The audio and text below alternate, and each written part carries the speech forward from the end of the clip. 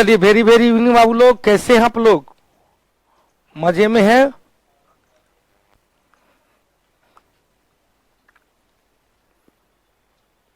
मजे में हैं बाबू? सोनू जी, कैलाश जी, सुरेश जी, सब लोग जी। तो आइए, आज हम लोग मोहम्मद बिन तुगलक के बारे में कल हम लोग डिस्कशन ले चुके थे। आज हम लोग उसके बारे में जरा सा चर्चा करेंगे कि मोहम्मद बिन तुगलक, जिनके काल को दिल्ली सल्तनत का सर्वोच्च काल कहा जाता है, क्योंकि इन्हीं के काल में 1336 में विजयनगर साम्राज्य और 1347 में बहमनी साम्राज्य का उद्भव हुआ।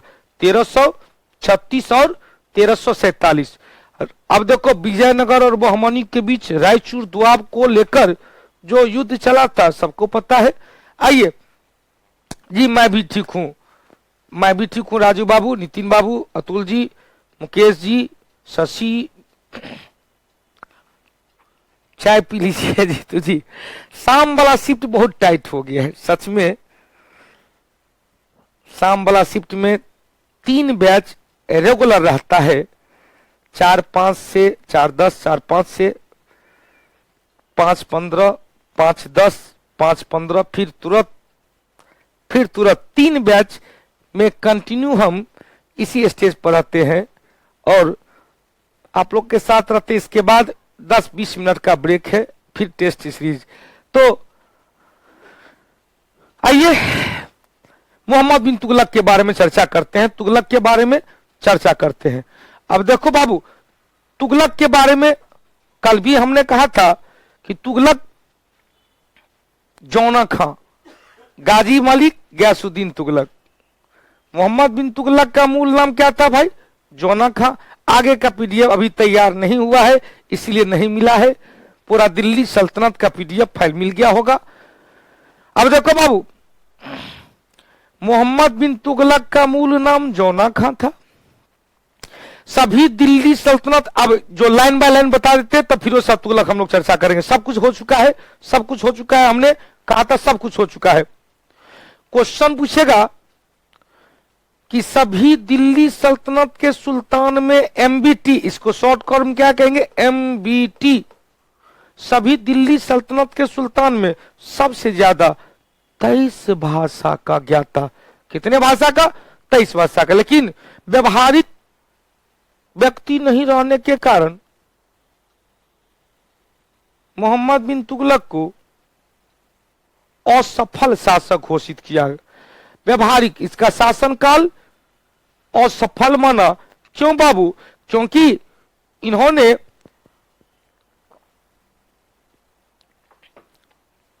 जितने भी सुधारात्मक काम किए, वो सभी सुधारात्मक काम असफल हो गया। सभी सुधारात्मक काम असफल होने के कारण इन्हें असफल माना गया। अब क्वेश्चन बनता है कि कितने सुधारात्मक काम कहे? तो 4 गो। इन्हें क्या क्या कहा? पगला बादशाह, सनकी बादशाह, रक्त पिपासु बादशाह, पगला बादशाह, सनकी बादशाह, रक्त पिपासु बादशाह। अब क्वेश्चन पूछेगा, तुगलक में सबसे महत्वपूर्ण जानकारी अमीर खुसरो की रचना तुगलकनामा से मिलता है। अमीर खुसरो की रचना तुगलकनामा से मिलता है। फिर क्वेश्चन हमारा, मोहम्मद बिन तुगलक ने 4 गो सुधारात्मक कार्य किया। पहला, चारों का सीक्वेंस पूछता है। पहला, दोआब क्षेत्र में टैक्स में वृद्धि। दूसरा, राजधानी परिवर्तन। तीसरा, सांकेतिक मुद्रा का प्रचलन। और चौथा, खुरासान एवं कराची अभियान। तो चारों सुधारात्मक कार्य के बारे में सब का सब डिटेल रूप में हम बता चुके हैं। बस जो आपके बुकलेट में है वही स्टार्ट करते हैं, गंगा यमुना दोआब क्षेत्र में 1326-27 में करों में वृद्धि कर दिया। हमने क्या कहा? अव्यवहारिक था। पगला को सोचना समझना चाहिए कि सब कुछ ठीक ठाक है कि नहीं है। अव्यवहारिक था अकाल पड़ा हुआ था, टैक्स में वृद्धि कर दिया। दिमाग पर जोर देंगे, अलाउद्दीन खिलजी ने 1/3 से बढ़ाकर 1/5 कर दिया। गयासुद्दीन तुगलक ने 1/5 से घटाकर 1/3 कर दिया, और तुगलक ने 1/3 से बढ़ाकर फिर से 1/5 कर दिया। जबकि अकाल पड़ने के कारण 1/3 कर देने में भी किसान दिक्कत महसूस कर रहा था, 1/3 कर देने में भी दिक्कत महसूस कर रहा था, तो आधा भाग देने में और दिक्कत महसूस करता। अतः किसानों ने तुगलक के खिलाफ विद्रोह कर दिया। जब तुगलक को पता चला तो तुगलक ने क्या किया, किसानों के सुख सुविधा के लिए एक नया विभाग, पहले तो टैक्स माफ कर दिया, किसानों का कर को माफ कर दिया, बढ़ते हुए कर को माफ कर दिया। किसानों के सुख सुविधा के लिए एक नया विभाग, दीवान ए अमीर को ही, दीवान ए अमीर को ही। उसके पश्चात किसानों को सोनधार और तकावी नामक कृषि ऋण की व्यवस्था किया गया। अतः यह इस योजना से माल तो नहीं आया, माल उल्टे गया ही, माल उल्टे गया ही। हो गया गुड्डूलाल जी, राजस्व में वृद्धि नहीं हुआ बल्कि राजस्व में क्षति ही हुआ, क्योंकि सोनधार ऋण देना पड़ा, टैक्स पूरा का पूरा माफ करना पड़ा, तकावी ऋण देना पड़ा। दूसरा, ये 26-27 में ही राजधानी परिवर्तन, राजधानी परिवर्तन की योजना के बारे में कुछ विद्वान कहता है, ध्यान सुनिएगा, कुछ विद्वान कहता है कि मोहम्मद बिन तुगलक मुस्लिम धर्मावलंबी, चूंकि मोहम्मद बिन तुगलक क्या था, धर्मनिरपेक्ष शासक था, होली दिवाली पर्व मनाता था, जैन आचार्य जैन प्रभावसूरी रहते थे, तो कट्टर जो मुस्लिम वर्ग थे तुगलक का विरोध करते थे। ऐसा नहीं चलेगा। तो मोहम्मद बिन तुगलक इन कट्टर उलेमाओं, कुछ विद्वान कहता है कि इन कट्टर उलेमाओं से बदला लेने के लिए अपनी राजधानी दिल्ली से दौलताबाद उर्फ देवगिरी स्थानांतरित किया, दिल्ली से दौलताबाद उर्फ देवगिरी स्थानांतरित किया। कुछ विद्वान कहता कि ऐसी बात नहीं है, 29 बार गयासुद्दीन तुगलक के काल में मंगोल आक्रमण हुआ। मंगोल, हालांकि सभी मंगोल आक्रमण से अपनी राजधानी को सुरक्षित रखा, लेकिन फिर भी तो सबसे ज्यादा हुआ, सबसे ज्यादा सबसे ज्यादा अलाउद्दीन खिलजी के काल में, लेकिन 29 बार गयासुद्दीन तुगलक के काल में। तो मोहम्मद बिन तुगलक ने मंगोल के आक्रमण से ज्यादा सुरक्षित देखा दक्षिण भारत को, क्योंकि दक्षिण भारत पहुंचने के लिए मंगोल को पहले विंध्य पर्वत को पार करके, नर्मदा नदी को पार करके, सतपुरा नदी को पार करके, सतपुरा पर्वत को पार करके, ताप्ती नदी को पार करके अजंता पर्वत पर पहुंचना था। मतलब इतना चीज, ध्यान सुनिएगा, इतना चीज। अब देखो बाबू, ध्यान से सुनिएगा, क्वेश्चन पूछेगा कि दिल्ली से ज्यादा सुरक्षित दौलताबाद था, देवगिरी था, क्योंकि वो सामरिक दृष्टिकोण से काफी महत्वपूर्ण था। देवगिरी कहां, वर्तमान में महाराष्ट्र में, दौलताबाद उसे ही कहेगा महाराष्ट्र। तो महाराष्ट्र में अजंता पर्वत, तो अजंता पर्वत तक पहुंचने के लिए, अजंता पद पर पहुंचे, अजंता तक पहुंचने के लिए क्या होगा भाई, तो पहले उत्तर भारत से विंध्य पर्वत को पार करके नर्मदा नदी को क्रॉस करेगा, तब सतपुरा नदी को, सतपुरा पर्वत को क्रॉस करेगा, तब ताप्ती नदी को क्रॉस करेगा, तब जाकर अजंता पर्वत पहुंचेगा। तो सामरिक दृष्टिकोण से महत्वपूर्ण होने के कारण दिल्ली से दौलताबाद ले जाने की घोषणा किया। लेकिन यह योजना में भी मन नहीं आया। 1335 ईस्वी में, 26-27 में घोषणा किया, 1335 ईस्वी में फिर से मोहम्मद बिन तुगलक ने अपने राजधानी परिवर्तन की घोषणा को अस्वीकार कर लिया, रद्द कर दिया, कहा कि आ जा रहे सबको, दिल्ली आ जाओ। अब देखो बाबू, दिल्ली सल्तनत, राजधानी परिवर्तन, दूसरा क्या था, राजधानी परिवर्तन, दिल्ली से दौलताबाद देवगिरी। मोहम्मद बिन तुगलक अपनी राजधानी दिल्ली से दौलताबाद ले जाने की घोषणा किया। दौलताबाद को कुब्बत उल इस्लाम, देखो भैया, कुब्बत उल इस्लाम मस्जिद होगा तो दिल्ली में, कुब्बत उल इस्लाम मस्जिद होगा तो दिल्ली में। एगो बाबू ने क्वेश्चन करा कि सबसे ऊंचा पद फोर्स में कौन सा होता है, तो सीडीएस का होता है, विक्रम रावत सीडीएस। हो गया बाबू। अब देखो ध्यान से सुनिएगा, लक्ष्मी बाबू बहुत बहुत धन्यवाद बाबू। यहां से देखो सब लोग फिजिकल में लग जाइएगा, जिनका बिहार दुर्गा का मुख्य परीक्षा अच्छा गया था लग जाइएगा, पूरा पसीना बहाइएगा। जिनके पीछे कई कारण था, पहला हमने क्या कहा, देवगिरी सामरिक दृष्टिकोण से, मतलब सुरक्षा के दृष्टिकोण से काफी सुरक्षित था। दूसरा, कुछ विद्वान कहता है भाई दौलताबाद महाराष्ट्र में है गुरुजी, वही तो हम भी बताए हैं भाई।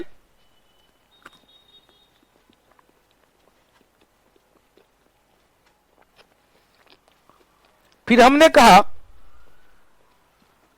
कुछ विद्वान कहता है कि अभी भी दक्षिण भारत में मुस्लिम संस्कृति का प्रसार नहीं हुआ था, अतः मुस्लिम संस्कृति का मीरा जी मुस्लिम संस्कृति का प्रचार प्रसार करने के लिए तुगलक ने दिल्ली से दौलताबाद राजधानी ले जाने की कोशिश किया। तीसरा है मंगोल के आक्रमण से बचने के लिए देवगिरी सबसे उपयुक्त जगह था। मंगोल के आक्रमण से बचने के लिए क्या है भाई, मंगोल के आक्रमण से बचने के लिए यह जरूरी था। हालांकि इस योजना को 1335 में रद्द करते हुए फिर से अपनी राजधानी दिल्ली ले आया। अब देखो बाबू, साहिर जी दौलताबाद को कैसे सर कुब्बत उल इस्लाम कहेंगे, तो कुब्बत उल इस्लाम उपाधि दिया गया। कुब्बत उल इस्लाम क्या दिया गया, उपाधि दिया गया। बिपिन रावत आगे बढ़े।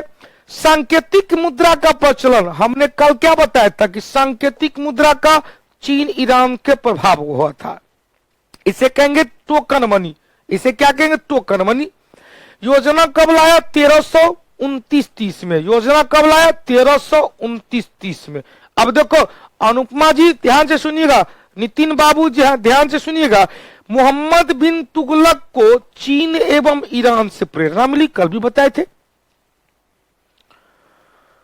क्वेश्चन यदि आपको पूछ दे दाग एवं हुलिया व्यवस्था किसने पहली बार सेना में लागू किया, तो अलाउद्दीन खिलजी। नगद वेतन पदाधिकारी को किसने देना प्रारंभ किया पहली बार, अलाउद्दीन खिलजी। इक्तादारी व्यवस्था को बंद किसने किया, अलाउद्दीन खिलजी। इक्तादारी व्यवस्था को लागू कौन किया, इल्तुतमिश। अरबी शैली में टंका और जीतल मुद्रा कौन चलाया, इल्तुतमिश। घड़ी एवं चरी नामक 2 नए कर कौन लगाया, अलाउद्दीन खिलजी। दीवाने वकूफ की स्थापना राजस्व आय व्यय से था, दीवाने वकूफ जलालुद्दीन खिलजी।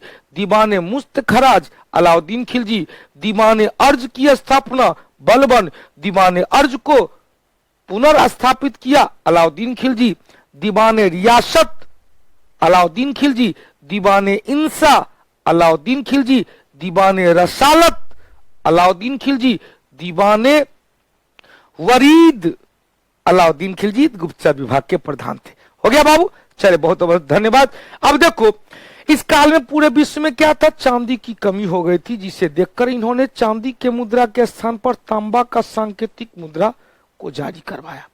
हालांकि यह योजना से सुल्तान के राजस्व में कोई परिवर्तन नहीं हुआ। क्यों, क्योंकि प्रत्येक हिंदू स्वर्णकार के घर चांदी के मात्रा में वृद्धि होने लगा। क्यों भाई, हमने कहा था सुमित बाबू कि कोई इस तांबा के मुद्रा में कोई स्पेशल वाटर मार्क नहीं था, कोई संकेत नहीं था, कोई वाटर मार्क नहीं था, एकदम जो मन सो इसके ढाले, आज बाजार से चांदी के बदले अपना मुद्रा दे दे।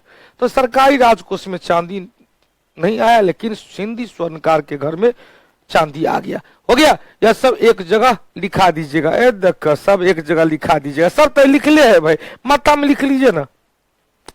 अब देखो यह योजना भी असफल हो गया, यह योजना भी क्या हो गया, असफल हो गया। मोहम्मद बिन तुगलक ने दोकानी कहते दो गुन्नी, 2 गुन्नी, 4 गुन्नी, 8 गुन्नी, 16 गुन्नी, तो 2 गुन्नी या दोकानी नामक एक सिक्का का प्रचलन किया। मोहम्मद बिन तुगलक को क्या कहा जाता है, सिक्कों का राजकुमार कहा जाता है। देख भैया, सपनों का राजकुमार नहीं, सिक्कों का राजकुमार। सिक्कों का राजकुमार पगला बादशाह। इन्होंने क्वेश्चन पूछेगा, दोगुनी सिक्का किसने चलाया? दोकानी या दोगुनी सिक्का किसने चलाया? मोहम्मद बिन तुगलक के द्वारा चलाया गया। अब चलो बाबू, क्वेश्चन पूछेगा, खुरासान एवं कराची अभियान जो सबसे अंतिम अभियान था, खुरासान और कराची अभियान। अब एगो बाबू कहा चांदी काला क्यों होता है? ऑक्सीकरण के कारण।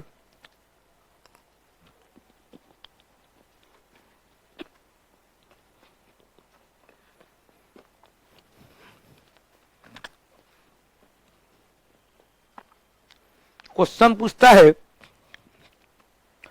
चांदी की चमक समाप्त हो जाती है सल्फर के कारण।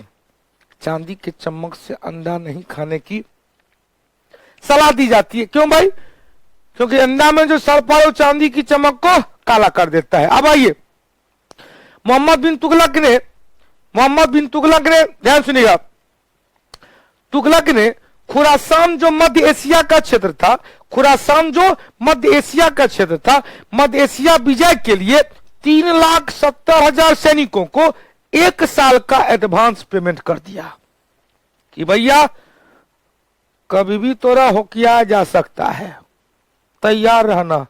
जूता मोजा पहन के तलवार में शान चढ़ा के तैयार रहना। कभी भी यलगार हो की आवाज बुलाया जा सकता है। महासंग्राम में कूच करने का आदेश दिया जा सकता है। जिसको घर सामान तमान भेजना भेज दो भाई। अब मोहम्मद बिन तुगलक 1 साल तक मोहम्मद बिन तुगलक के आदेश का सेना इंतजार किया। साल पूरने वाला था, सेना सब एकदम हिला हुआ था कि जब भी आदेश देगा बस केवल लड़ो और उड़ो, लड़ो और उड़ो। एड्रीनलिन हार्मोन एड्रीनल ग्रंथि से निकलता, fight and fly, fight and fly. बहुत दिन यही सोचता था चारगो को गर्दनिया हम काटेंगे, तू हो चारगो को काटना, अरे तू छगो को काटना। मतलब यही चीज दिमाग में आते क्या हुआ भाई, सेना का दिमाग खोला हुआ रहता है। देखो भाई, सिविलियन और फौज में अंतर है। हम लोग थोड़ा सामाजिकता में रहते हैं, फौज सबका दिमाग गरमाया हुआ रहता है। उस सबको कोई उंगली उठाए धड़ाम से उंगली काट लेता है। हम लोग को कोई उंगली उठा दे क्या करे, उंगली नीचे करो, उंगली नीचे करो, ये कहेंगे पहले, नहीं नीचे करेगा तब जाकर उस पर कोई प्रतिक्रिया देंगे। लेकिन सेना को कोई उंगली उठा दे तो लप से मारेगा, ठाई काट लेगा।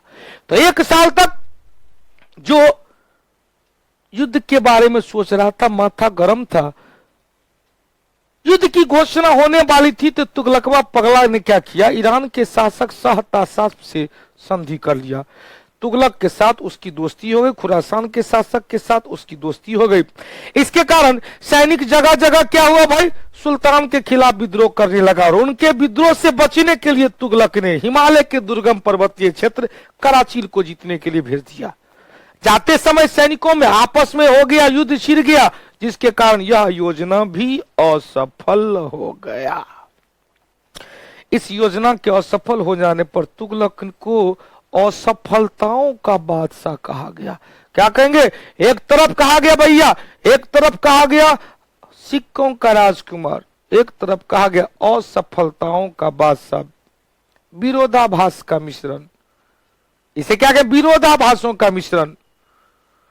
इसे क्या कहेंगे, अव्यवहारिक शासक। इसे क्या कहेंगे, पगला शासक। इसे क्या कहेंगे, रक्त पिपासु शासक। इसे क्या कहेंगे, सन की शासक के नाम से जाना जाता है। हो गया। मोहम्मद बिन तुगलक के काल में 1333 ईस्वी में मोरक्को या अफ्रीका कहेंगे, अफ्रीका के मोरक्को, अफ्रीका के कौन भाई, मोरक्को, दिमाग पर जोर देंगे।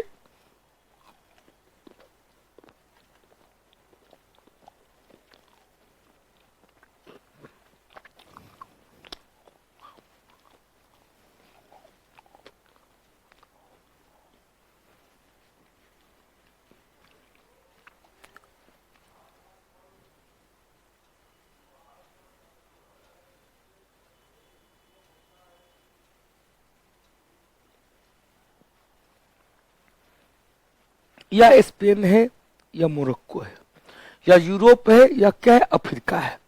अब यहां पर ध्यान से सुनना, या क्या है, यूरोप है, स्पेन, या क्या अफ्रीका, मोरक्को। अब यहां से सुनना आपको क्या है भाई, क्वेश्चन पूछेगा इसी मोरक्को का निवासी था इब्न बतूता, जिनका यात्रा विवरण रेहला कहलाया। मोरक्को निवासी इब्न बतूता काफी विद्वान था। उनके विद्वता से प्रसन्न होकर मोहम्मद बिन तुगलक ने उन्हें दिल्ली का मुस्लिम धर्मगुरु काजी के पद पर नियुक्त कर दिया। इन्हीं के नेतृत्व में, इब्न बतूता के नेतृत्व में एक दूत मंडल चीन भी भेजा था 1342 में। इब्न बतूता जो यात्रा विवरण लिखता है, इब्न बतूता में यात्रियों का राजकुमार हुएनसांग को कहा जाता है। यात्रियों का राजकुमार किसे कहेंगे, हुएनसांग को कहा जाता है। इब्न बतूता आया, इब्न बतूता का यात्रा विवरण रेहला इब्न बतूता को योग्यता से खुश होकर दिल्ली का काजी पद पर नियुक्त किया और साथ ही इनके नेतृत्व में 1342 में एक दूत मंडल चीन भेजा था। हो गया, सिक्कों का बादशाह किसे कहा जाएगा, मोहम्मद बिन तुगलक राजकुमार के या बादशाह के। क्यों कहा गया, क्योंकि इन्होंने ऐसा सिक्का चलाया जिसे कोई बना लिया, कोई भी बना लिया। मोहम्मद बिन तुगलक अपने राज दरबार में, हमने कहा, धर्म सहिष्णु शासक था। हिंदू पर्व होली और दीपावली, हिंदू पर्व होली और दीपावली। अब देखो, एगो रेहला का अनुवाद है सफरनामा, बारे वाह भगत जी, बहुत अच्छा लगा। दीपावली और होली पर बड़े ही धूमधाम से मनाता था, अतः वो धर्मनिरपेक्षता का परिचय दिया। इनके दरबार में जैन प्रभासूरी, जो जैन धर्म था, जिन प्रभासूरी नामक विद्वान रहते थे। जैन संत को इन्होंने, जैन संत जिन प्रभासूरी को इन्होंने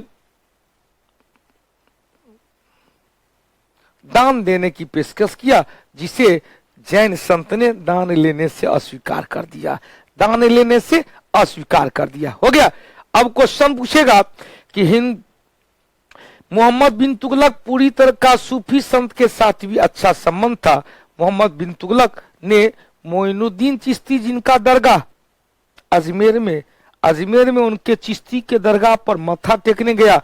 और राइच, बहराइच है, यहां पर देखो, राइच नहीं है, बहराइच है।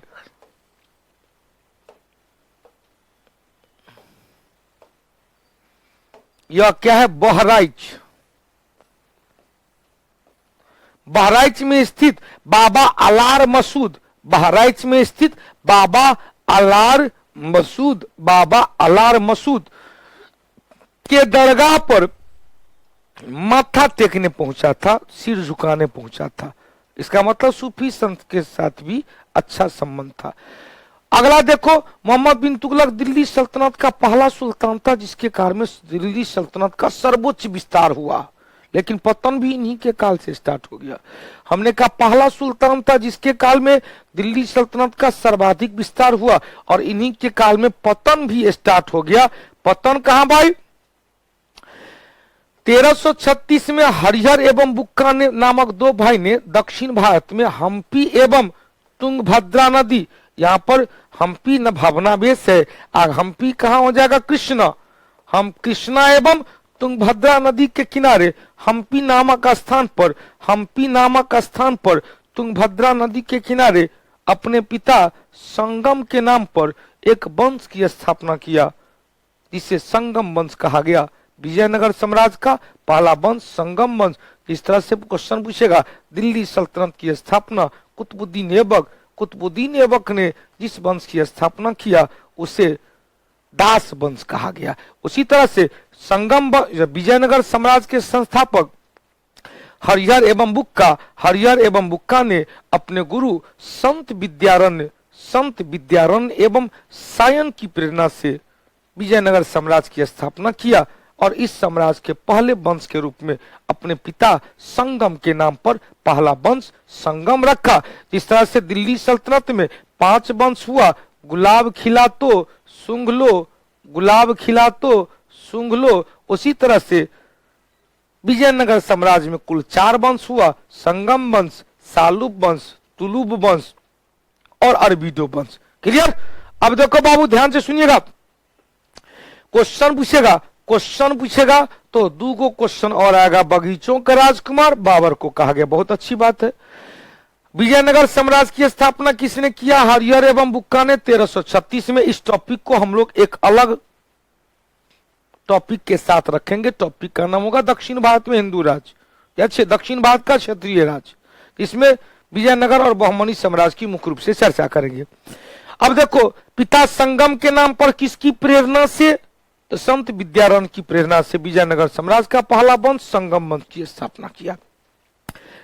तुगलक के काल में ही 1347 ईस्वी में 1347 ईस्वी में हसन गंगू उर्फ अलाउद्दीन बहमन शाह, हसन गंगू को ही क्या कहेंगे? अलाउद्दीन बहमन शाह ने 1347 ईस्वी में दक्षिण भारत में एक मुस्लिम राज्य बहमनी साम्राज्य की स्थापना किया। बहमनी साम्राज्य की स्थापना किया। हो गया। आगे देखो भाई, हसन गंगू क्लियर, बहमनी क्लियर। 1347 से मोहम्मद बिन तुगलक को एक असफल शासक घोषित किया गया। इन्होंने कहा है, खुद तुगलक कहता है कि मेरा साम्राज्य रुग्ण हो गया है, बीमार हो गया है। जब मैं एक बीमारी को ठीक करने का प्रयास करता हूं तो दूसरा बीमारी धर लेता है, और दूसरा को ठीक करने का प्रयास करता हूं तो वो तीसरा धर लेता है। तो मेरा साम्राज्य रुग्ण हो गया है, मेरा साम्राज्य रुग्ण हो गया है। किसका कहना था? एमबीटी का कहना था। 1351 ईस्वी में तुगलक की मृत्यु हो गई। अब तुगलक की मृत्यु के बारे में बदायूनी नामक विद्वान ने कहा है कि सुल्तान को प्रजा से और प्रजा को सुल्तान से मुक्ति मिल गई। तुगलक के बाद दिल्ली सल्तनत का अगला बादशाह फिरोज शाह तुगलक बना। अब फिरोज शाह तुगलक से पहले कुछ क्वेश्चन ले ले। मोहम्मद बिन तुगलक को, एमबीटी को विरोधा भाषाओं का मिश्रण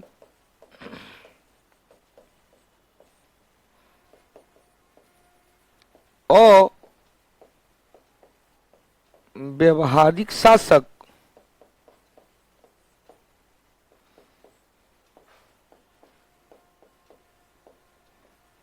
पागल बादशाह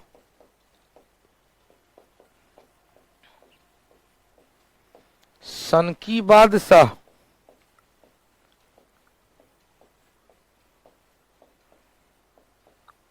रक्त पिपासु बादशाह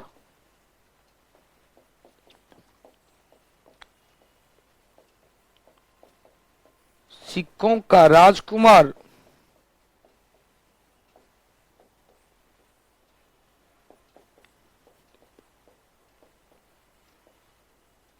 सर्वाधिक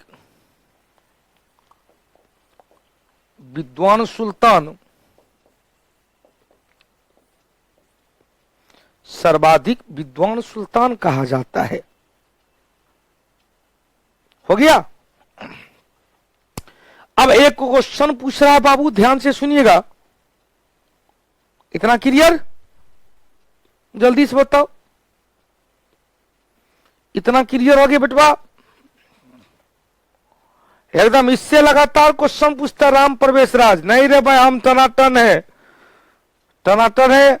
तुम साथ हो जब अपना दुनिया को दिखा देंगे कि रिजल्ट कैसे लिया जाता है, उसकी कला सिखा देंगे। चलो बाबू, राम प्रवेश जी बिल्कुल हम लोग स्वस्थ हैं, पूरे कौटिल्य परिवार लीडर से लेकर सहायक तक सब स्वस्थ हैं। आप और हम दोनों स्वस्थ हैं, तब तो दुनिया मस्त है। इतना क्लियर? आगे अब जरा सा फिरोज शाह तुगलक के बारे में चर्चा करेंगे। फिरोज शाह तुगलक, अब देखो फिरोज शाह तुगलक पे जरा सा ध्यान देना रे भैया। फिरोज शाह तुगलक दिल्ली सल्तनत का पहला सुल्तान था जिन्होंने अपना राज्याभिषेक 2 बार करवाया। दिल्ली सल्तनत के बाद जब मुगल काल आएगा तो मुगल काल में बताएंगे कि औरंगजेब पहला मुगल बादशाह था जिसने अपना राज्याभिषेक 2 बार कराया।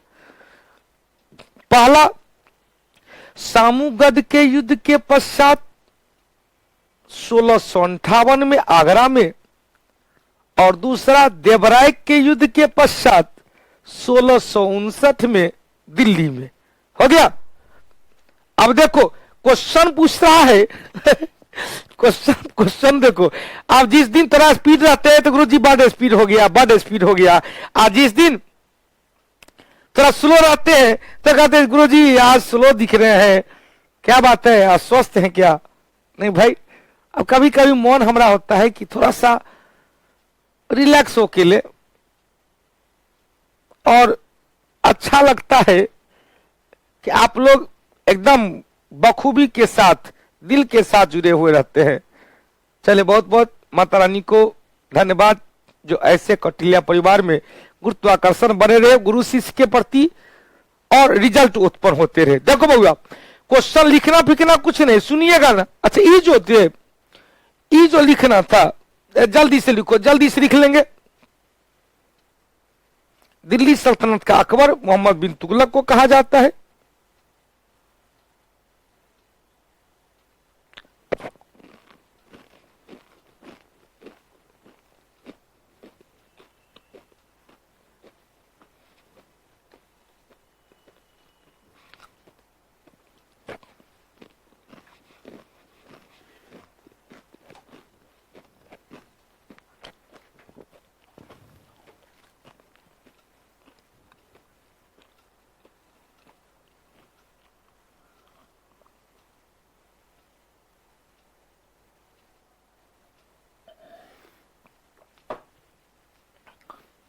अब देखो बात,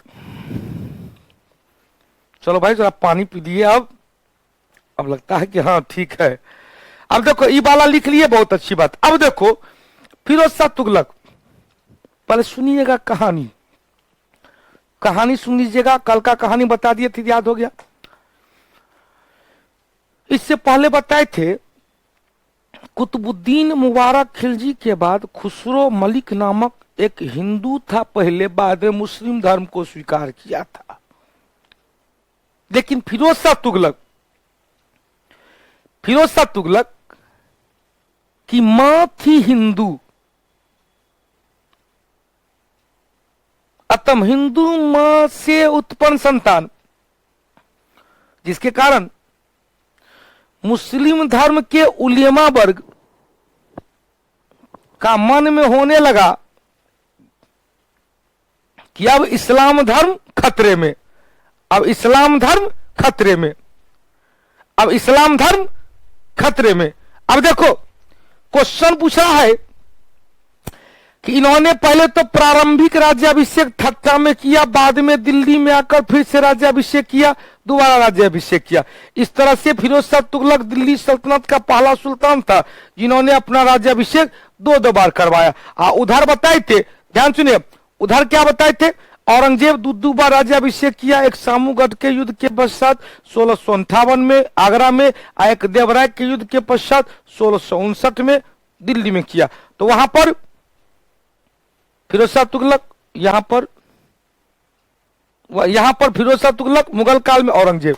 अब देखो हमने क्या कहा, फिरोज शाह तुगलक की मां थी हिंदू, अतः उन पर हिंदू धर्म को प्रोत्साहित करने का आरोप न लगावे मुस्लिम उलेमा, जिसके कारण वह कुछ हिंदू विरोधी नीति लगाया, बस यह कहने के लिए कि देख भैया है, देख हमारी माता हिंदू जरूर है लेकिन हम हिंदू को ज्यादा महत्व देने वाला नहीं है। देखो कैसे नहीं है, तो ब्राह्मण जो हिंदू धर्म का पूजनीय जाति कहा जाता है उस पर उसको मैंने जजिया करके दायरे में ले आया, उसको मैंने जजिया करके दायरे में ले आया। अब देखो यह जजिया उन्हें हिंदू को क्या कहा, जिम्मी कहा, हिंदू को क्या कहा, जिम्मी का कहा, हिंदू को क्या कहा, जिम्मी का कहा। उड़ीसा के जाजनगर पर आक्रमण किया और यहां भानुदेव तृतीय को पराजित कर दिया, और यहां पर पुरी में जो जगन्नाथ मंदिर था उसको ध्वस्त करवा दिया। अगले साल 1361 में नागरकोट में ज्वालामुखी मंदिर था, ज्वालामुखी मंदिर को तोड़वा दिया और उसके ईटा को मांस तोलने के लिए कसाई खाना में भेज दिया। तो उड़ीसा में कौन सा भाई? जगन्नाथ जाजनगर पर। तो उड़ीसा के जाजनगर जगन्नाथ मंदिर को लूटपाट किया, जाजनगर पर आक्रमण करके भानुदेव तृतीय को पराजित करके उड़ीसा के पुरी में, उड़ीसा के पुरी में, ध्यान से, उड़ीसा के पुरी में जो जगन्नाथ मंदिर था उसको क्या किया? तोड़वा दिया। उसके बाद उन्होंने क्या किया? नागरकोट, कांगड़ा स्थित नागरकोट 1361 में नागरकोट चला गया और नागरकोट में ज्वालामुखी मंदिर था उसको तोड़वा दिया, नागरकोट में ज्वालामुखी मंदिर था उसको तोड़वा दिया। और उसके ईंट को, मंदिर तोड़कर उसके ईटा को कहां भेज दिया? कसाई खाना में मांस तोड़ने के लिए। इसका एक उद्देश्य था, हे मुसलमान वर्ग, रे मुस्लिम धर्मगुरु, देखो देखो देखो, है देखो, हमारा माता हिंदू है लेकिन हिंदू धर्म को हम प्रोत्साहित नहीं करने वाले हैं। है देखो, ब्राह्मण को ले आया, जजिया कर लगाया, मोहम्मद बिन कासिम जजिया करके दायरे से ब्राह्मण, बच्चा, बूढ़ा, विकलांग, भिकमंगा, बेरोजगार, महिला, इस सबको अलग रखा। देखो वो सभी जातियों में सबसे ज्यादा पूजनीय जाति, जो ऋग्वेद के 10वें मंडल के पुरुष सूक्त में कहा गया है कि ब्रह्मा के मुख से ब्राह्मण, भुजा से क्षत्रिय, उदर से वैश्य और जंघा से शूद्र का उत्पन्न हुआ।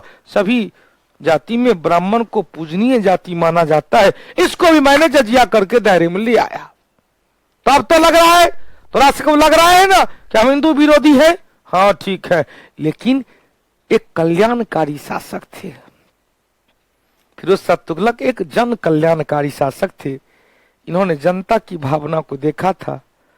इन्होंने कई सरकारी अस्पताल बनाए, कई सरकारी सार्वजनिक स्थल बनाए, धर्मशाला बनाए, 1200 से भी अधिक सड़क का बगीचा लगवाया, फूलों का, फलों का बगीचा लगवाया सड़क के दोनों किनारे, 300 से भी अधिक शहर निर्माण बनवाए, लोक निर्माण विभाग की स्थापना किया और लोक निर्माण विभाग के तहत गंगा एवं यमुना नदी से नहरों का जाल बिछा दिया। कल का क्वेश्चन आया था। हालांकि इस नहर से सिंचाई के लिए पानी निकालने पर उससे छोटा सा कर के रूप में हक ए सर्व नामक कर लिया। इन्होंने बेरोजगारों को बेरोजगारी भत्ता देने के लिए दीवाने, बंदगान, दास के अलग 1,80,000 दास था। दासों के लिए दीवाने, बेरोजगारी भत्ता के, दास के लिए दीवाने, बंदगान, बेरोजगारी भत्ता के लिए दीवाने खैरात, दान विभाग था। महिलाओं, मुस्लिम लड़की क्या हिंदू लड़की का ब्याह शादी में कठिनाई हो रहा है, दीवाने खैरात से पैसा ले जाइए, जाइए शादी ब्याह कीजिए, पार्टी फंक्शन बनाइए, बच्चा का छठियार कीजिए, बच्चा का नाम लिखाइए, यह सब भत्ता दिया दीवाने खैरात। उन्होंने पेंशन विभाग बना दिया, दीवाने इस्तेहाक पेंशन विभाग बना दिया। इस तरह फिरोज शाह तुगलक काफी जन कल्याणकारी कार्य किया। वो तो एगो दूगो घटना है जो उनके ऊपर मुस्लिम धर्म के उलेमा वर्ग का यह आरोप न लगे कि हिंदू माता से उत्पन्न संतान है तो हिंदू धर्म को प्रमोट करेगा, उसी को खंडन करने के लिए ये बात हुआ था। फिरोज शाह तुगलक पहला दिल्ली सल्तनत का पहला सुल्तान था जिसने अपनी आत्मकथा फारसी भाषा में फुतुहाते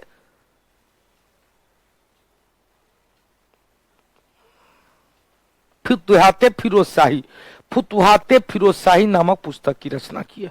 जियाउद्दीन बर्नी इनके दरबारी कवि थे। अब देखो यहां तक क्लियर हो गया, यहां तक क्लियर हो गया भाई। लास्ट का जी बूस्टर पीडीएफ डलवा दीजिएगा टेलीग्राम पे। रणधीर बाबू आजो का बूस्टर नहीं मिला है, अच्छा कोई बात नहीं, दिलवा देंगे। पिता का नाम तुगलक, जीएसटी था, एमबीटी था, एमबीटी। अब चलो बात, पिता का नाम एमबीटी था, माता का नाम पता नहीं क्या था। फिरोज शाह तुगलक के शासन काल में कई हिंदू मंदिर को तुड़वाया गया।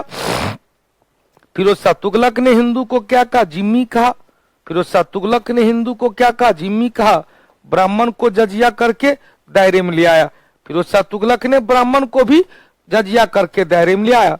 अपने दरबार में जितने भी हिंदू पर्व त्योहार चलाए जा रहे थे, हिंदू पर्व त्योहार को प्रतिबंध लगा दिया। हो गया, हिंदू पर्व त्योहार को भी प्रतिबंध लगा दिया। अब चलो, हमने कहा उड़ीसा के 1360 ईस्वी में उड़ीसा के जाजनगर पर आक्रमण किया। यहाँ के शासक से भानुदेव तृतीय को पराजित करने के बाद उड़ीसा के जगन्नाथ पुरी में जो जगन्नाथ मंदिर था, पुरी के मंदिर, पुरी में प्रसिद्ध जगन्नाथ मंदिर को तोड़वा दिया। क्लियर। उसके पश्चात उन्होंने कांगड़ा गया 61 में, कांगड़ा के नागरकोट, कांगड़ा में स्थित नागरकोट के दुर्ग पर अधिकार कर लिया और यहाँ के शासक को पराजित करके नागरकोट में जो ज्वालामुखी मंदिर था, इस ज्वालामुखी मंदिर को तुड़वाकर उसके ईंट को कसाई खाना भेज दिया, उसके ईंट को कसाई खाना भेज दिया। अब क्वेश्चन पूछेगा सबसे अच्छा राजा कौन था? मेरे नजर में फिरोज शाह तुगलक नहीं था, हमारे नजर में था मोहम्मद बिन तुगलक। भले ही उनका सारा का सारा प्रयोग असफल रहा, लेकिन प्रयोग तो किया, तो असफल तो रहा, किया तो जिम्मी क्यों कहा? जिससे जजिया कर वसूला गया उसे जिम्मी कहा गया, जजिया कर वसूला गया उसे जिम्मी कहा गया। ध्यान से सुनिएगा। अब देखो बाबू, ध्यान से सुनिएगा। ज्वालामुखी मंदिर के दीवार पर जो संस्कृत का कुछ पांडुलिपि लिखा हुआ था, संस्कृत का कुछ पांडुलिपि जो लिखा हुआ था, दस्तावेज था, उसको दिल्ली लाया और उसका फारसी भाषा में अनुवाद करवाया फहरंगे, सॉरी, दलाइते फिरोज शाही के नाम से, दलाइते फिरोज शाही के नाम से। दलाइते नागरकोट उड़ीसा में ही है। अब दलाइते फिरोज शाही के नाम से क्वेश्चन पूछे, दलाइते फिरोज शाही किसका अनुवाद है? तो कांगड़ा के नगरकोट में के ज्वालामुखी मंदिर के दीवार पर स्थित संस्कृत जो पांडुलिपि था, संस्कृत जो लेख था, उसको दिल्ली मंगवाकर उसका फारसी अनुवाद दलाइते फिरोज शाही नाम से करवाया। जो आयुर्वेद, जो ऋग्वेद पर लिखा गया टीका था, ऋग्वेद की रचना किसने किया? तो ऋग्वेद की रचना, वेदों का रचना कौन किया? किसी को नहीं पता है। वेद का रचना कौन किया? वेद को अपौरुषेय कहा जाता है। वेद को क्या कहते हैं? देवताओं के द्वारा लिखा गया है।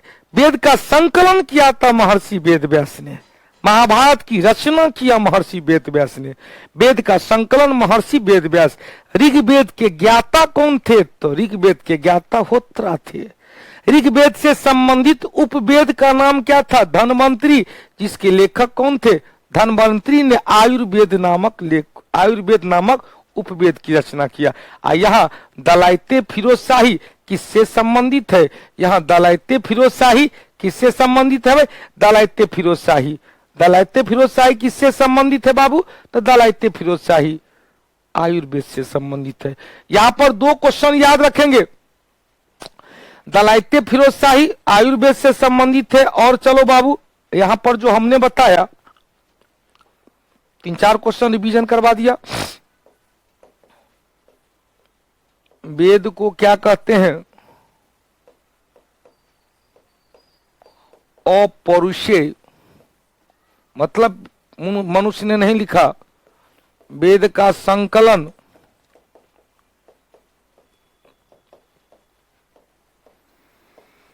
महर्षि वेदव्यास, जिन्होंने महाभारत की रचना किया।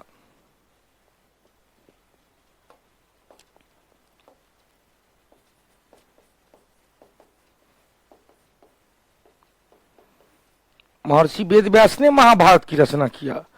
अब देखो क्वेश्चन पूछेगा, सबसे पहला वेद कौन था? ऋग्वेद। दूसरा कौन था? यजुर्वेद। तीसरा कौन था? सामवेद। चौथा कौन था? अथर्ववेद।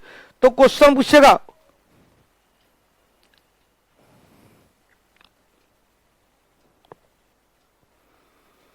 ऋग्वेद का उपवेद था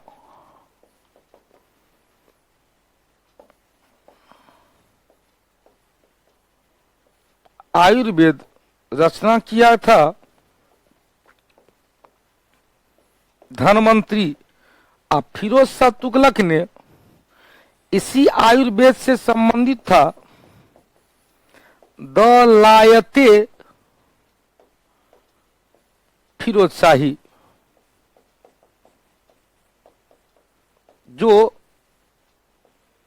कांगड़ा घाटी के नागरकोट में स्थित ज्वालामुखी मंदिर, नागरकोट में स्थित ज्वालामुखी मंदिर के दीवार पर जो संस्कृत पांडुलिपि लिखा हुआ था उसको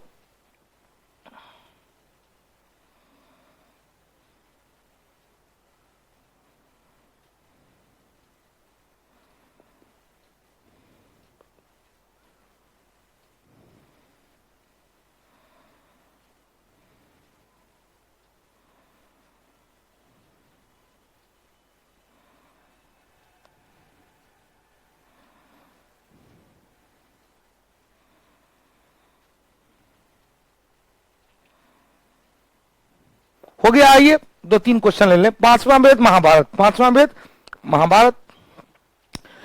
फिरोज शाह तुगलक दिल्ली सल्तनत का पहला सुल्तान था जिसने अपनी आत्मकथा लिखा था। आत्मकथा का नाम क्या था भाई? फुतुहाते फिरोज शाही। आत्मकथा का नाम क्या था? फुतुहाते फिरोज शाही। और जलघड़ी, अब पता नहीं जलघड़ी क्या था, जलघड़ी का खोज करवाया। जलघड़ी की खोज कौन किया भाई? जलघड़ी का निर्माण कौन किया? तो जलघड़ी का निर्माण फिरोज शाह तुगलक के द्वारा। फिरोज शाह तुगलक ने अपने पूरे साम्राज्य में 1200 से भी अधिक फलों का बगीचा लगाया, जिसमें जो दिल्ली का अंगूर बाग है, दिल्ली में एक स्थान है, एक बगीचा है अंगूर बाग। अंगूर बाग का निर्माण भी फिरोज शाह तुगलक। तो 1200 में से एक दिल्ली का अंगूर बाग। कोई गए होंगे, एक अभी मोहल्ला का नाम है दिल्ली का अंगूर बाग मोहल्ला। दिल्ली का अंगूर बाग मोहल्ला। अब देखो बाबू, क्वेश्चन पूछेगा, ध्यान से सुनिएगा। क्वेश्चन पूछेगा, इन्होंने रास्ते में दोनों तरफ सराय ए अदल, जिसे क्या कहेंगे, धर्मशाला का निर्माण करवाया। फिरोज शाह तुगलक सिंचाई व्यवस्था के लिए नए कई नहर खुदवाया। यहीं पर क्वेश्चन पूछेगा, लोक निर्माण विभाग। क्या पूछेगा? लोक निर्माण विभाग। डलहौजी आधुनिक काल में और दिल्ली सल्तनत में लोक निर्माण विभाग की स्थापना किसने किया? फिरोज शाह तुगलक ने किया। और इस लोक निर्माण विभाग के द्वारा यमुना और गंगा और यमुना, अब जल घड़ी पानी से चलने वाला घड़ी, उसमें लिक्विड था और लिक्विड के माध्यम से चलता रहता था। क्वेश्चन पूछेगा, ध्यान से सुनिएगा। अपने शासनकाल के दौरान एफएसटी ने नहरों का जाल बिछा दिया। इन नहरों से सिंचाई के लिए एक टैक्स लिया। कौन? हक ए सर्व। 300 से भी अधिक शहर बनाए, जिसमें कुछ शहर का नाम याद रखिएगा। जौनपुर, जिसे पूर्व का सिराज कहा जाता है, सरकी वंश के शासक के द्वारा जौनपुर की स्थापना किया गया। फतेहाबाद, हिसार, फिरोजाबाद और फिरोजपुर। ध्यान से सुनिएगा, जौनपुर है, हिसार है, फतेहाबाद है, फिरोजपुर है, फिरोजाबाद है। सल्तनत काल में अकबर क्या हम नहीं, आपका क्वेश्चन आकाश जी FST न होगा, सल्तनत काल का अकबर देख लीजिएगा। 1700 से अधिक नहीं, 1200 से अधिक फलों का बगीचा लगाया। 1200 से अधिक फलों का बगीचा, 300 से भी अधिक शहर बसाया। क्वेश्चन पूछे, गंगा एवं यमुना नदी से क्या किया भाई? कई नहरें लगवाया। पहला दिल्ली सल्तनत का सुल्तान जिसने अपनी आत्मकथा फुतुहाते फिरोज शाही, दलायते फिरोज शाही क्या था? ज्वालामुखी मंदिर से जो संस्कृत पांडुलिपि थी उसको फारसी अनुवाद था। अब क्वेश्चन पूछेगा, फिरोज शाह तुगलक के काल में 1,80,000 दास विभाग था और इन्होंने सर्वाधिक दास था इन्हीं के काल में। इन्होंने दास के लिए एक अलग विभाग, दीवाने बंदगान। बेरोजगारों को बेरोजगारी भत्ता, जरूरतमंद को सहायता देने के लिए एक दान विभाग का नाम क्या था? दीवाने खैरात। पेंशन के लिए एक अलग विभाग, दीवाने इस्तेहाक। पेंशन के लिए एक अलग विभाग, दीवाने इस्तेहाक। लोगों के चिकित्सा के लिए दारुल शफा नामक हॉस्पिटल का भी निर्माण करवाया। दारुल शफा नामक हॉस्पिटल का भी निर्माण करवाया। अब देखो बाबू, ध्यान से सुनिएगा।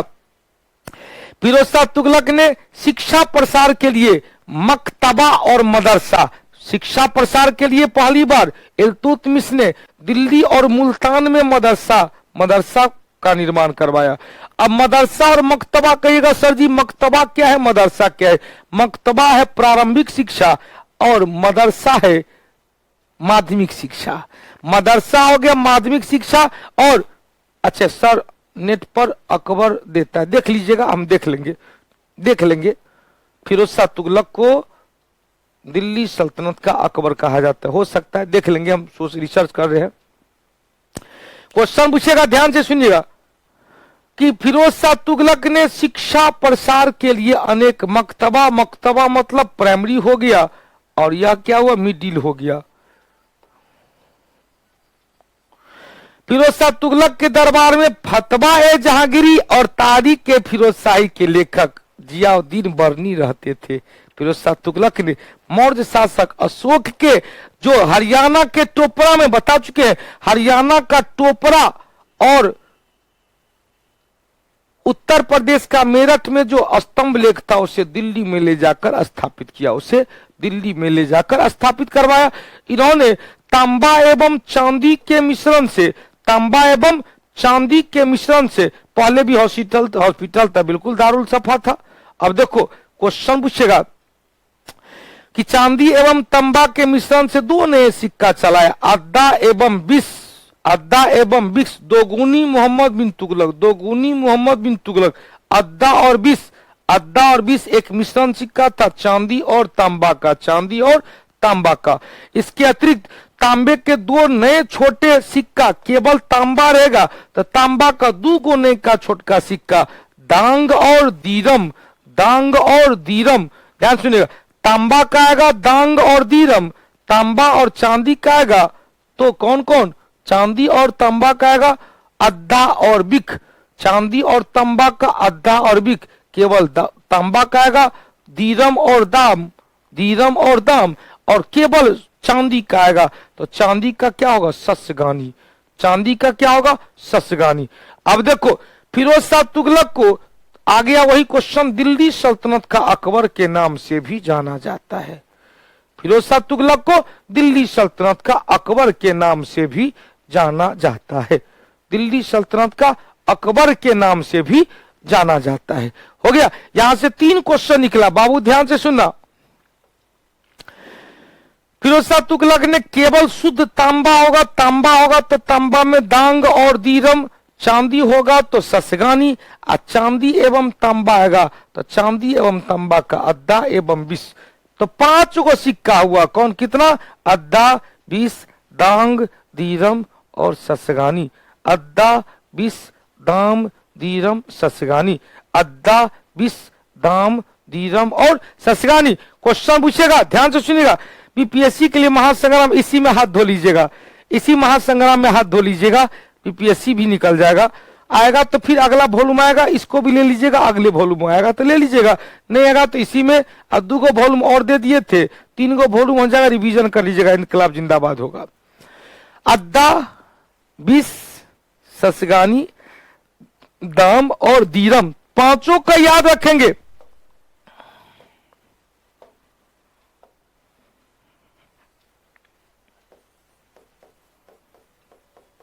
ससगानी किसका था, चांदी का,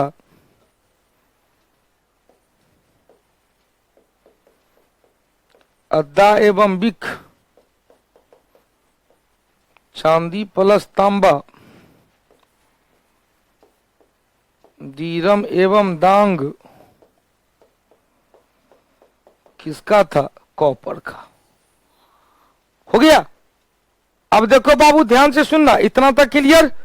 फिरोज शाह तुगलक के दिल्ली सल्तनत में निरंकुश लोपापकारी राज्य का जन्मदाता, निरंकुश लोकोपकारी, लोक उपकारी राज्य का जन्मदाता या कल्याणकारी राजतंत्र का जन्मदाता कहा जाता है। इन्हीं के नाम पर अकबर कहा गया, इन्हीं के नाम पर अकबर कहा गया।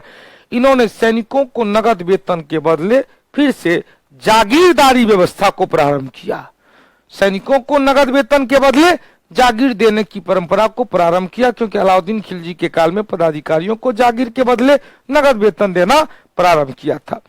इन्होंने योग्यता और दक्षता के आधार पर सैनिकों की नियुक्ति की जगह सैनिकों का पद वंशानुगत कर दिया। जाहिर सी बात है, जब सैनिकों का पद वंशानुगत कर दिया गया, जब सैनिकों का पद वंशानुगत कर दिया गया तो क्वेश्चन पूछेगा कि जाहिर सी बात है उनके बाद थोड़ा सा खतरा हुआ होगा, उनके बाद क्या होगा, थोड़ा सा खतरा हुआ होगा। क्वेश्चन पूछेगा 1388 ईस्वी में, हाँ एक और फिरोज शाह तुगलक ने सैनिकों को नगद वेतन के बदले फिर से जागीर देना प्रारंभ किया। इन्होंने सैनिकों के पद को वंशानुगत कर दिया। उसका बेटा उसका बेटा उसका बेटा सैनिक बनता है, सेना का बेटा सेना बनेगा, सैनिक का बेटा सेना में नियुक्त होगा। फिरोज शाह तुगलक की मृत्यु हो गई 1388 ईस्वी में मृत्यु हो गई। उसके बाद गयासुद्दीन तुगलक द्वितीय के नाम से तुगलक शाह शासक किया 1388 से 89। उसके बाद अब्बू बकर शाह 89 से 90। उसके बाद मोहम्मद शाह 90 से 94 और इसके बाद अगला आया नासरुद्दीन महमूद शाह 94 से लेकर 1412। निरंकुश का मतलब हुआ कठोर नहीं होना, कठोरता नहीं होना, हो गया कठोर नहीं होना। ध्यान सुन, जागीर का मतलब हुआ वेतन के बदले दान में दी गई भूमि को जागीर भूमि कहा गया। वेतन के बदले दान में दी गई भूमि को जागीर भूमि कहा गया। नासरुद्दीन महमूद तुगलक के काल में ही 1398 में तैमूर लंग का आक्रमण होता है और कहा जाता है तैमूर लंग के डर से वो दिल्ली से भाग निकला। तैमूर लंग के डर से और दिल्ली से भाग निकला। 1412 ईस्वी में अपने प्रमुख वजीर मल्लू इकबाल के मदद से दिल्ली की इस गद्दी को फिर से प्राप्त कर पाया। लेकिन इसी वर्ष बेचारा का 1412 ईस्वी में इनकी मृत्यु हो गई। इनके मृत्यु के बाद तुगलक वंश का अगला शासक दौलत खान लोदी बना, जिसे 1414 ईस्वी में खिज खान नामक एक व्यक्ति ने अपदस्थ करके खुद को दिल्ली सल्तनत का तुगलक वंश के स्थान पर एक नया वंश सैयद वंश को स्थापित करते हुए राजा घोषित कर दिया। तो याद रखेंगे, यहां पर यह सब कभी नहीं पूछता, केवल मटेरियल में दिया गया, याद नहीं भी है। फिरोज शाह तुगलक के बाद एक नासरुद्दीन महमूद तुगलक का याद रखेंगे। इसके अंतर फिर बीच में क्या गो शासक हुए, तो 3 गो शासक, गयासुद्दीन तुगलक द्वितीय, अबू बकर मोहम्मद साहब। गयासुद्दीन तुगलक द्वितीय को 88 से 89, अबू बकर 89 से 90, मोहम्मद साहब 90 से 94, 94 से 12 तक नासरुद्दीन महमूद। अब 12 में या इसी में क्वेश्चन पूछेगा, ध्यान सुनिएगा। क्वेश्चन पूछेगा कि बाबू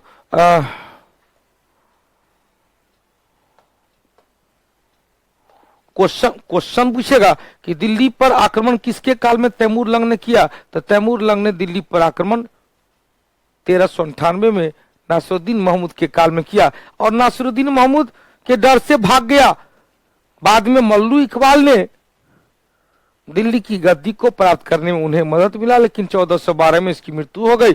उसके बाद दौलत खान लोदी और उसके बाद खिज खान नामक व्यक्ति ने सैयद वंश की स्थापना कर दिया।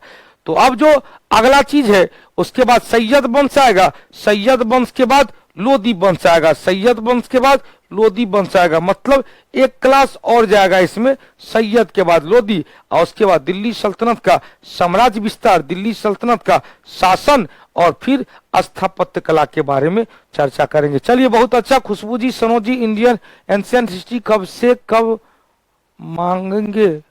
एंशिएंट हिस्ट्री कब से कब तक मानेंगे? तो प्राचीन काल से लेकर कहा जाता है हर्षवर्धन की मृत्यु। चलिए, मैथमेटिक का क्लास जो बिहार पुलिस वाला है भाग जाएगा जल्दी।